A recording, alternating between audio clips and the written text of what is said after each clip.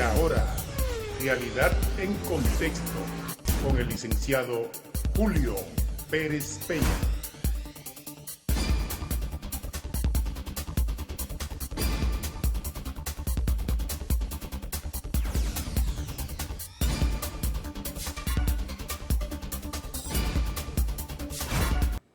Saludamos a los amigos televidentes que nos sintonizan en el país, la región y el mundo a través de Boreal Televisión. Realidad en Contexto, a partir de ahora, dando gracias a Dios por permitirnos estar aquí una vez más. Realidad en Contexto, hoy, como cada viernes, a veces se nos queda, pero estamos en compañía del doctor Felipe Martínez. Buenas noches, doctor. Hola, ¿cómo están ustedes? Buenas noches. Tú sabes, Julio, que según ese Dios que tú tanto buscas, todos somos familia tuya, porque Él dijo que todos pereceremos, y como tú eres Pérez Peña, entonces somos familia. Déjeme a Dios tranquilo, déjeme a Dios tranquilo. Ah, Y Dios en este momento no le está preguntando si... que no, sí es sí o si sí. no. Siento que yo diga algo, Él me está preguntando. Mira, hay un tema bien interesante hoy. Vamos a hablar de la diabetes, los diferentes tipos. Qué interesante el tema hoy, con un maestro como usted. Ay, sí, un maestro Ay, buen mozo. usted. Mi querido, mire, usted sabe que este programa, los viernes en la noche, se llama Enfrentando la Vejez. Y una de las cosas que hay que aprender para tener una vejez bonita, una vejez saludable, es no llegar a la diabetes. Ustedes saben que aquí en este país tenemos a la diabetes detrás de la oreja. Es muy fácil en este país llegar a diabético porque nuestros genes están muy cerca, o una prima, o la mamá, o un hermano ha tenido diabetes, y entonces hay que cuidarse de no caer, porque es muy difícil sanarse de la diabetes. Después de ese preámbulo que te acaba de hacer, doctor, usted tiene alta competencia y dice que no.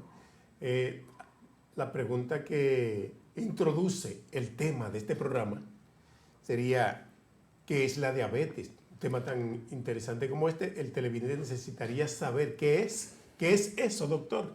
Bueno, la diabetes es un trastorno del metabolismo, en este caso de los carbohidratos. Es decir, es un problema que impide la absorción de la glucosa, que es uno de los carbohidratos más simples que tenemos, de cómo pueda entrar la glucosa dentro de la célula para que la célula la convierta en energía.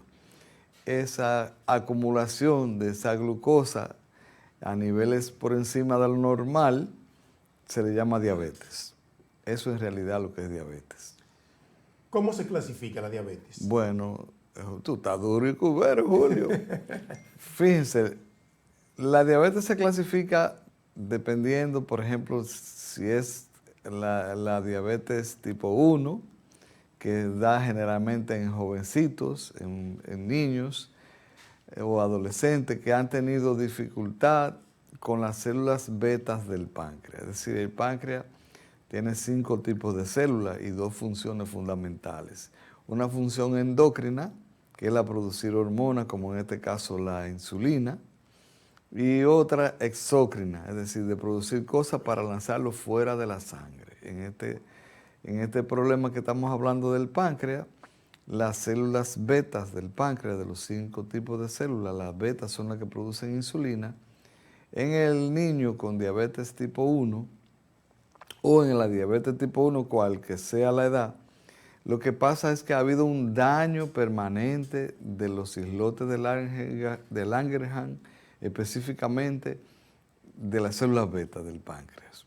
Entonces, esa es la diabetes tipo 1. La diabetes tipo 2, que se ve más en el adulto, es una diabetes donde la insulina se produce, los islotes están bien, pero la insulina no hace bien su trabajo. Hay lo que se llama resistencia a la insulina. Hay problemas para que la insulina haga su trabajo.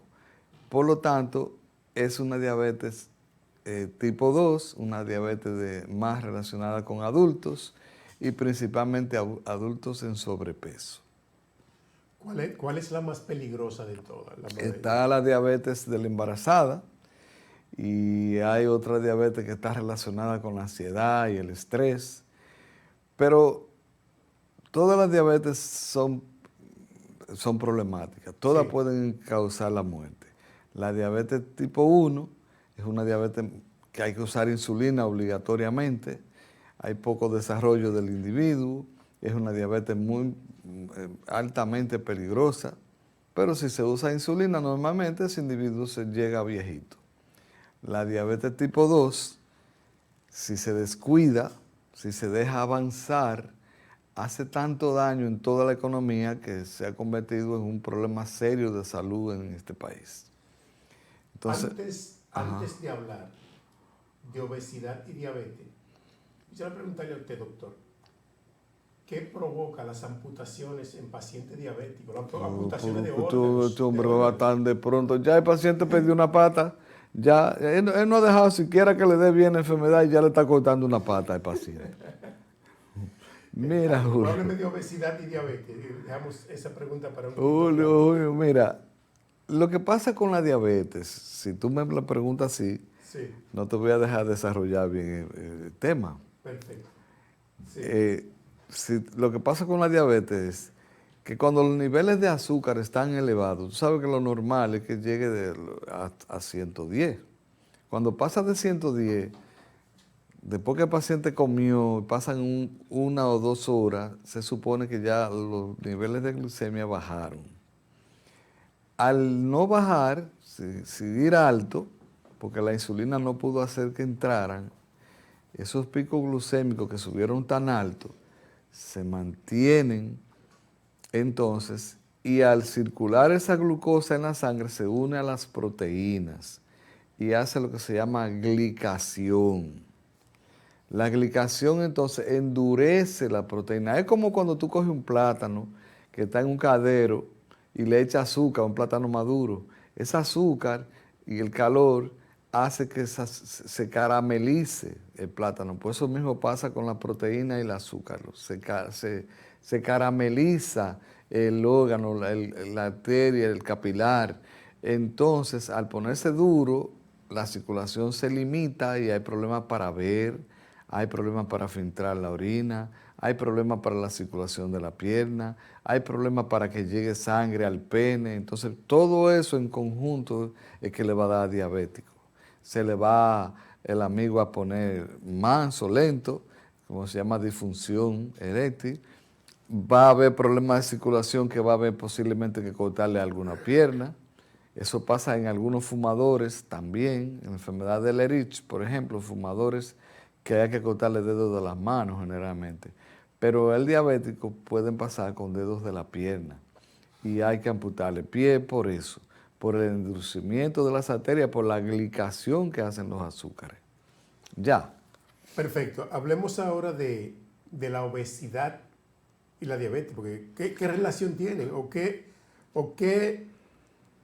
Digamos, qué implica la obesidad con Lo que relación a la pasa, diabetes? Julio, que yo te decía que para que se dé la diabetes, tiene que haber en la diabetes tipo 2 una resistencia a la insulina. Es decir, tiene que haber una insulina que no esté trabajando adecuadamente. Y quien hace que la insulina no trabaje adecuadamente es los ácidos grasos libres. Por ejemplo, una persona que tiene los chichos, tiene mucha manteca en los brazos, en el pecho, en el cinturón del abdomen, esos ácidos grasos libres compiten con la insulina y de ahí viene la resistencia a la insulina. Miren, señores, ustedes que son siempre fieles del programa, fíjense en esa persona obesa que tiene en el cuello una cosa negra aquí, como si fuera una alergia a la cadena, muchos piensan. Y tienen verruguitas ahí, eso se llama acantosis nigrans. Esos son depósitos de insulina que de tanto producir insulina para hacer un trabajo que se hacía con mucho menos insulina, pero porque esa insulina ya no tiene una buena función, hay resistencia a la insulina. Entonces el páncreas produce muchísima insulina. Los niveles de insulina suben tanto en la sangre que se depositan en el cuello y eso se hace acantosinigra. Usted puede hacer un diagnóstico de diabético o de prediabético, de simplemente ver el paciente. Entonces, usted cuando ya tiene esos niveles altos de glucemia, ya usted es prediabético. Perdón, niveles altos de insulina. Inclusive el médico ya está mandando a medir insulina en sangre para determinar que el individuo se está estableciendo una diabetes. Entonces, por esas situaciones es que vienen los daños arteriales, como dije al principio. La diabetes al final se instala cuando el páncreas se cansa de producir insulina y deja de producir insulina y hay que forzarlo a producir insulina para que pueda entrar la glucosa en la sangre. ¿Cómo se manifiesta en el paciente esta enfermedad, la diabetes? Entonces la diabetes dura unos 5 años para desarrollarse, no es que llega de un día de buena primera. Efectivamente. Entonces, un individuo comienza a ser prediabético, pasa unos años siendo prediabético, teniendo acantosinigra. Tú lo ves la gente con la barriguita. Hay con un amigo que yo tengo aquí con una barriguita, que yo lo veo, digo, ahí está pintada la diabetes. No, pero ya está en la línea. Ya está en la línea. ¿En Claro. cuál línea? En la línea del Cibao. No. Para estar en la línea, Julio, una persona deja de producir resistencia a la insulina cuando no pasa de media pulgada de barriga. Es decir, si pasa 1 centímetro por la sínfisis de pubis y otro centímetro por el ombligo, y la diferencia es de menos de media pulgada de grasa, y aquí no hay grasa tampoco, entonces ese no hace prediabetes. Pero después, todo el que tenga grasa de más de media pulgada está haciendo prediabetes.